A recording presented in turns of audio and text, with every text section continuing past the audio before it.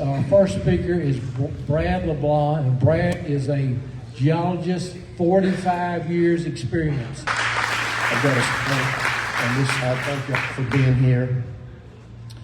Listen, the way we got into this, our company, and yes, I've been a geologist for 45 years and a geophysicist as well. The way we got into this is that Denbury Exxon came to us and wanted to convert an oil and gas producing well into a CO2 injection well. And we said, no, thank you, we don't want to participate in that. And they said, well, that's fine, we'll just take your land. We weren't aware that they could do that at the time. That was a couple of 2.5 years ago. And the only choice we had was to contact Brett Guyman. But, we just have always dealt with pipeline companies and made deals with them. And certainly when an oil well is producing, that's got a lot of value. And we just didn't really care for the whole business of CO2. But Denbury sent me their documentation, so I knew exactly what their plan was. They wanted to inject CO2 from about 4,500 feet down to 13.5, an 8,540 foot thick vertical section there in Vernon Parish in the Masters Creek field. The problem with that was that I knew that in those shallow zones, the oil and gas industry really doesn't concentrate on placing much cement behind casing in those zones.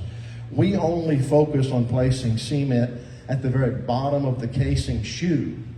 So, because we have to continue drilling with integrity at that casing shoe, have enough cement there to hold the mud weight that we're going to be raising that mud column up to, and then maybe set another string of cement before we go ahead and go on. Well, the plan of injecting CO2 into the very areas where we don't concentrate on placing much CO2 is a real problem in my mind, because I knew that those particular sand layers that they wanted to inject into were just going straight up to the north. We purchased seismic data, we integrated that into the project area, and we knew that there was no trap for CO2. Because in my mind, you were about to create a catastrophe. If you flood Louisiana sands with that much CO2, you're going to spring a leak somewhere. It's going to naturally find a way to stair-step its way, have what we refer to as cross-flow. You can have vertical cross-flow or horizontal cross-flow into another wellbore. The tan area is, of course, the Chico aquifer. That became real important to me because naturally, to me, it was very obvious that you could possibly contaminate that beloved aquifer that we all need. That's our lifeblood of our state. Well, there's fault zones within that CO2 aquifer. If I can get them to show up here. There you go. Numerous fault zones transect the state. Fault plains are another easy way for gases to migrate up. You don't have to have a wellbore. You can have a fault that acts as a migration pathway, for CO2 gas or any gas. But if you purposefully put CO2 in the ground to the degree and the large volumes that they're going to be doing that on purpose, you're going to spring a leak somewhere.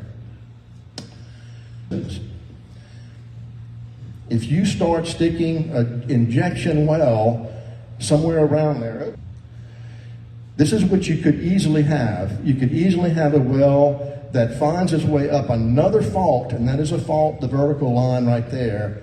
Then once that happens, and once that gets into those aquifers, then you're really faced with quite an expense of correcting that. I don't know that you can correct it.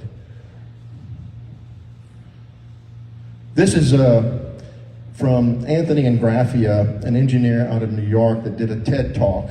And what he did was to show that the age of wells is at the bottom and the years is on the side. After about 4 years, you see that the wells that have been studied, and there's about 75,000 wells that have been studied, you will have casing and cement integrity issues in about 25% of them. But after 17 years, now you're up to about 58% of wells studied will have casing and or cement integrity issues. You see, what Denbury wanted to do was just to stick that, and this is not just Denbury. Now that Exxon took over, I've looked at the Hummingbird and the Mockingbird projects, and it's the very same thing. I've reviewed those projects, Chuck, to the test well, the Class 5 test well is to go to 7,500 feet. They plan on injecting it at that level. It's a very porous sand. The problem is when you correlate the wells in that area, guess what? There's no trap that I can see that's predicted. So it's going to just travel straight up dip, following the path of least resistance until it finds a stopping point on its own, or it gets into a well bore that has very poor cement or casing jobs, or a fault. Louisiana has indeed become a pincushion. We've got over 421,000 active and inactive wells. Each of those wells, wherever that, and you can once again see the blue shading, those are the parishes that they want to inject CO2 projects, have CO2 injection projects. So listen, folks, this is going to take not just me or this small team that we've got, and we're doing our best, but it's going to take everyone here in this room to please get engaged with this study. I can tell you that I have been concerned from the moment that I got the letter from Denbury, and I'm still concerned to this moment today.